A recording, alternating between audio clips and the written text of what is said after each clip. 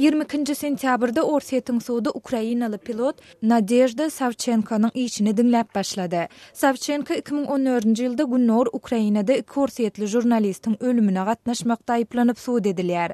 Savchenka aýplamalary reddedýär. Ol tutsaglygyna protest bildirip 80 günläp açlyk çekdi. Adam hukuklaryny goraýjy toparlar we günwatar hökümetleri Savchenka'ny boşatmak barada Kiýewiň eden çağırşlaryna goşuldylar. Kırgızstanyň paýtagty Bişkekde Kırgız-Rus biznes forumy geçirildi. Russiýanyň bir näçe regionunyň häkimleriniň gatnaşmagynda geçirilen maslahatda Ewraziýa ykdysady birleşiginiň çägindäki sowda gatnaşyklary barada gürrüň edildi. Kırgızstan Russiýanyň liderligindäki bu birleşige şu ýylyň awgust aýynda agza boldy we Bişkek öňmüzdäki ýyla çenli Russiýanyň ýurtda 1 milliard Amerikan dollaryna çenli maýa goýmagyny araşýar.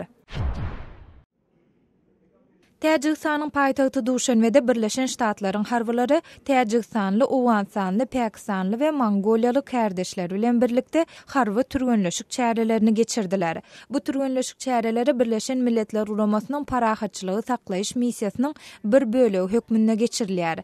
Şoňa meňdeş türgenleşik çäreleri Birleşen Ştatlar tarapyndan 2001-nji ýylda Merkezi we Günorta Aziýa ýurtlary bilen hem geçirilipdi. Siz Azatlyk radiosynyň şu günkü täzelikleri bilen tanış bolýaňyz.